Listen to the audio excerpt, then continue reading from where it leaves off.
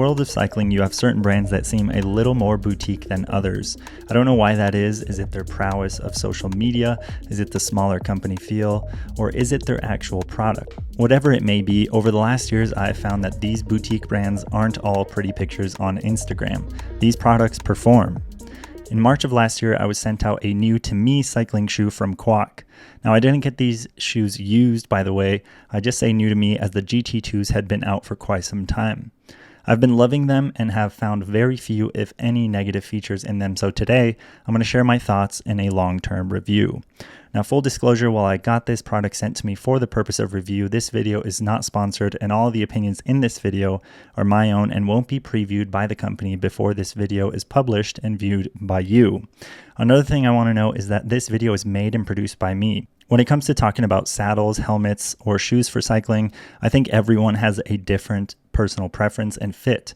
These three subjects are extremely subjective and are hard to look at from an objective point of view, as all of us are different. With that out of the way, let's get into it.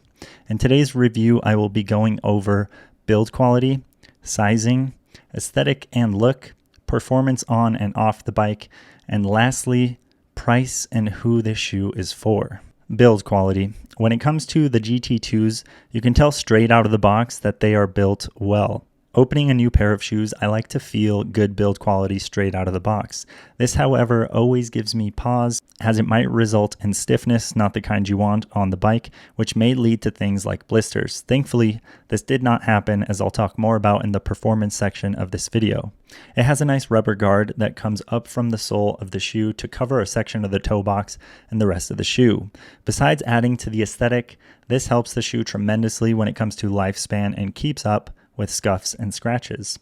The sole of the shoe is extremely robust, and the shoes show almost no signs of wear even after more than a year of use. Each shoe has one BOA dial, which have worked flawlessly from the start.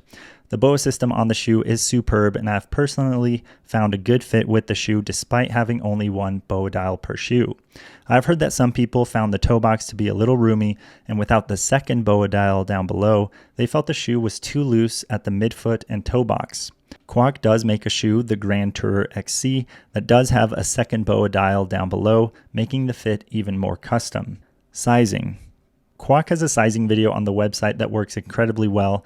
I will say my foot does fit in the shoe based on the recommendations. One thing to consider is what sock you will be using for most of your rides. When I wear thin cycling socks, the 43s fit me spot on like a glove.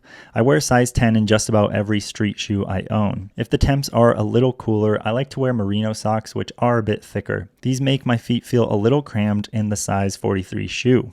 I will say that if I could order again, I would size up to the 44 just for the sake of the thicker sock. So consider this if you are on the cusp of the next size up. Determine what type of sock you will use the most when riding in these GT2's. One thing I've loved about the fit of the GT2's is the toe box. Before these shoes, I came from a pair of Giros, and boy did they scrunch up my toes. The Quocs offer way more room than the Giros, although I would like to see cycling shoes adapt a foot-shaped shoe as much as the running community has.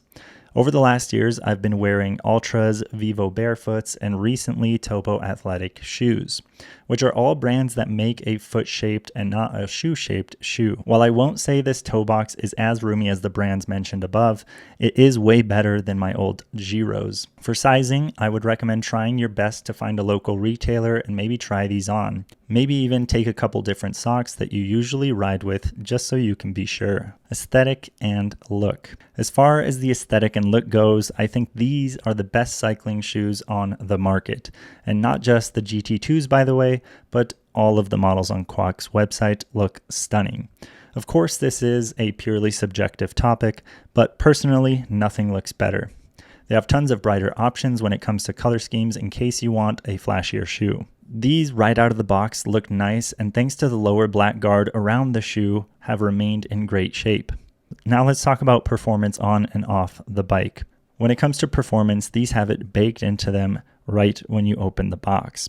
While I can't speak for all of you when it comes to blisters, I will share that I wore these shoes on my 100-mile mountain bike trip around the White Rim Road in Utah, simply 2 weeks after unboxing them.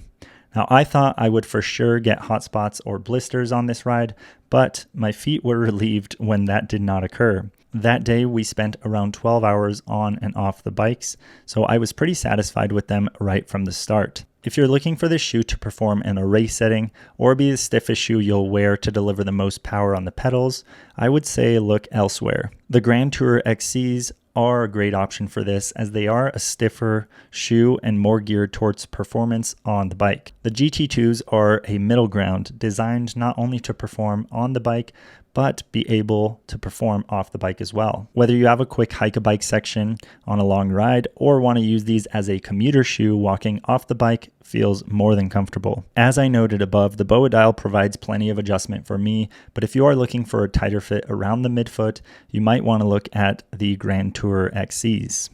Price.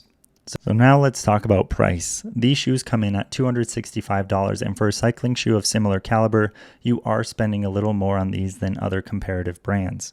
I think if you've struggled to find a shoe with a wider toe box in other traditional brands, I would say this price difference is worth the money. Along with this, the aesthetic is, in my opinion, above the rest when it comes to a sleek, minimal cycling shoe. After using them for a whole year and countless miles on them, I can guarantee the shoes will last as long, if not longer, than other brands, so no worries there. So is this shoe for you? I don't know. It's incredibly hard to say. As I've mentioned in this video, shoes are one of those things in cycling that is extremely subjective. I think the only limiting factor would be budget, having these shoes be slightly higher than other comparable models. The choice is up to you. I can tell you now that once these shoes reach the end of their time, I will be looking at another pair of Quocs, albeit one size up. Thank you for watching, and I hope this video helped you. If it did, or you found it entertaining, please leave it a like and consider subscribing to the channel if you enjoy content like this. Thank you to Quoc for sending these out for me to review, and thank you, the viewer, for your support. See you guys in the next one.